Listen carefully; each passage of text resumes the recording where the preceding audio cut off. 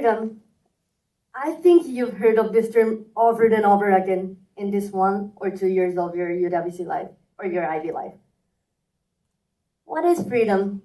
Well, how did those people get freedom? How does the concept of freedom is explored in this context? Yeah, you might be tired of it. I understand that. But let me ask this question once again. What is freedom to you? Do you actually feel free right now? Me, when I was a kid, I thought that a freedom is that I could do anything. And I thought I could be free when I became an adult. Well, I thought like they were doing whatever they want to do in their job. They could earn money by themselves and just spend them anytime for anything. They don't need to do math at school anymore. Their parents won't get mad at them anymore. I was always dreaming to being an adult.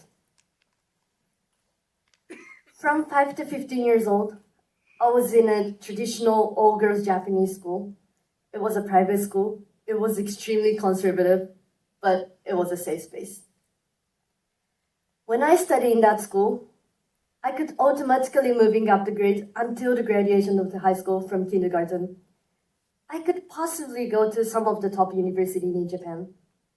And if I say that I'm from this school, everyone had a good impression to me.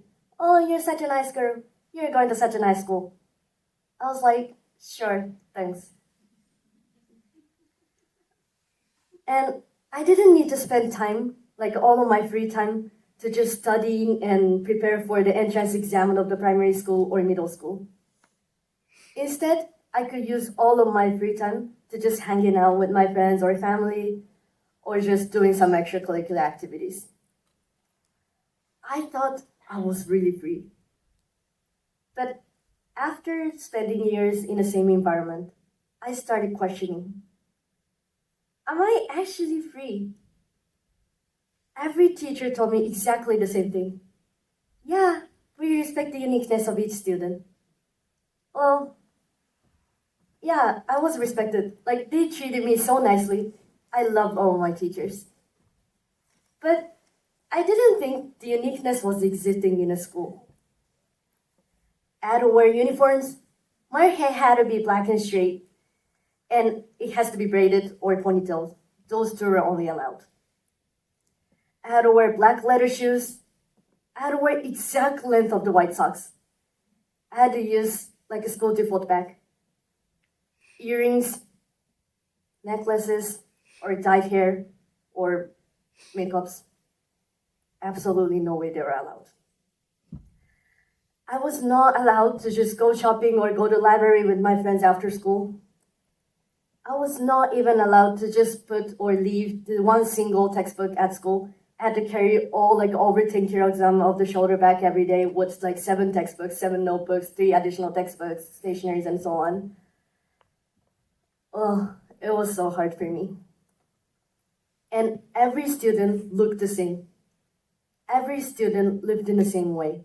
And that was the virtue. But no one questioned them because they were only in that school since they were almost babies. And they have never seen any other rules in any other world. For them, those rules were normal. But for me, I feel like I'm constricted.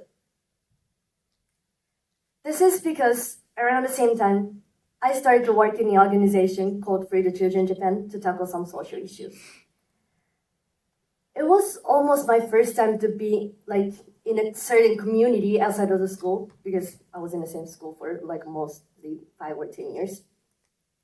And there, even if they were all Japanese, like I saw so many people who have different backgrounds, different financial situations, different ages, who follows like different values and like cultures or values, perspectives, and so on.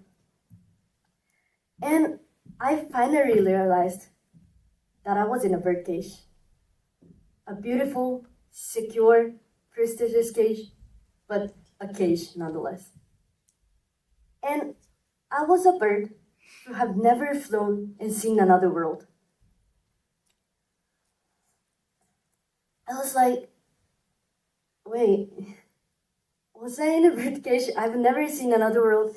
I have looked at the world like with single lens, without like I just believing only one single information that came to me, and never doubted there's another perspectives or like different points of view.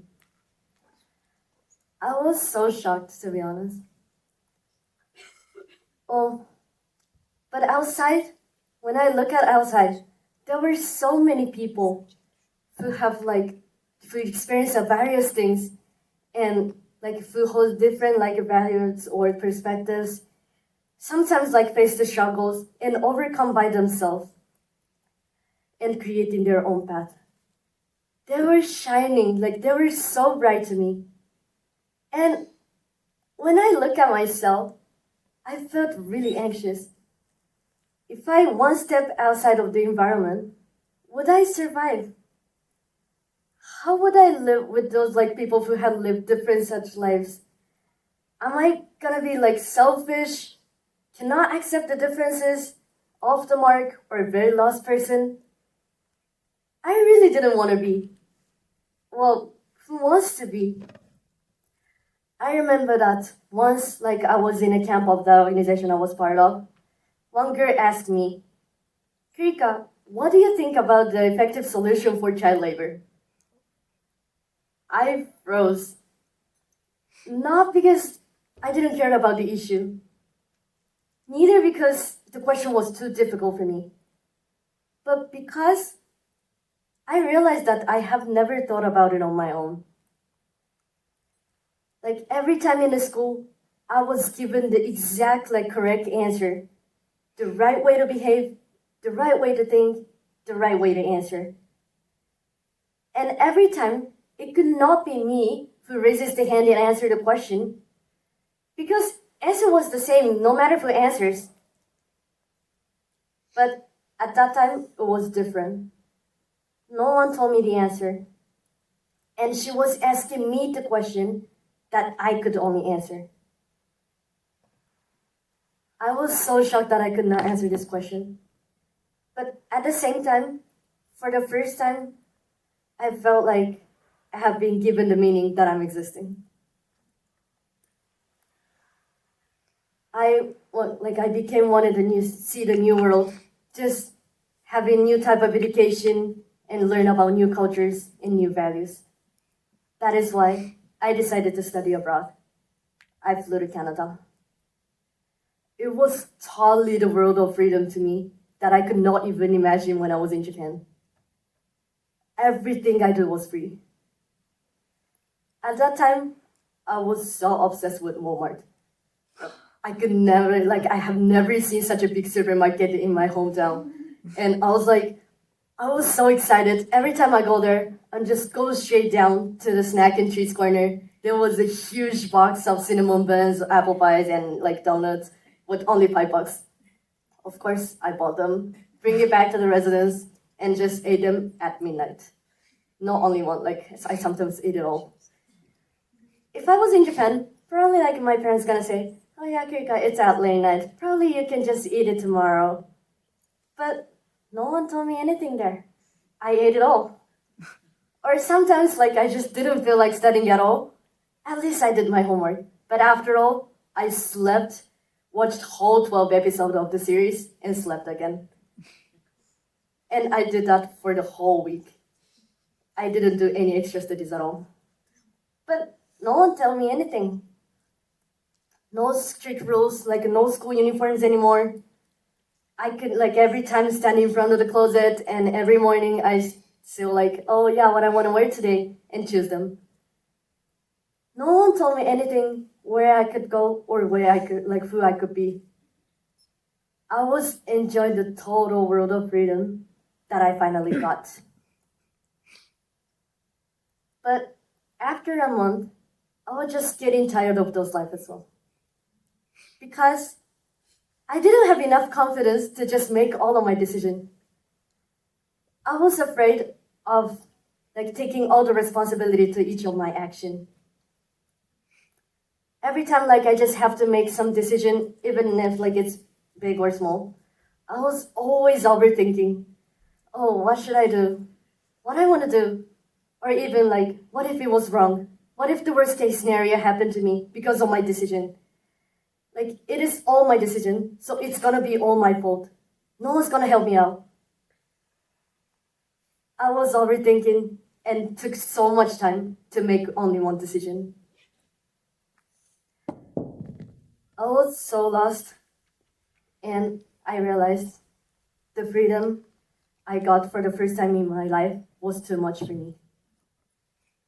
I realized that the freedom comes with the weight of the responsibility. And I had to face the reality that how much I was living optimistically, without thinking about anything, and I was just going on the flow. Before, I've never questioned my life or even like faced a huge wall that I have to overcome by myself in Japan. But I was a person who someone wanted me to be. In Canada, I got total freedom. But the freedom itself became a huge burden for me with the responsibility like that follows me all around like as a matter of course. I used to think that the oppression is all about the strict rules or the control choices or limitation of the uniqueness of individuals. Yeah, that might be true. But I now think a bit differently. Oppression exists like absence of those things as well. Sometimes like we have no giving answers or no guidance at all. We may fear making decisions because we now bear the responsibility of those consequences. And I realize that the border between freedom and oppression is really blurred. Some of you may feel trapped by the limitation that some others put on you, or some of you may feel like lost with unlimited options and becoming lost what you want to do or what you should do. And I found that the freedom is like a true freedom might be to just take responsibility to all of your options or all of your choices. Might be brave enough to just choose your own path by yourself. Because the reality is both unlimited choices and the concrete structure can be the form of both freedom and oppression. Those two concepts that should be in a polar opposite can just live in a same line, can just exist simultaneously in this society. The freedom and oppression in a fair line. So I'll ask you again. What is freedom? Is oppression ever be free? Or is it just a contradiction we decided to ignore? Thank you.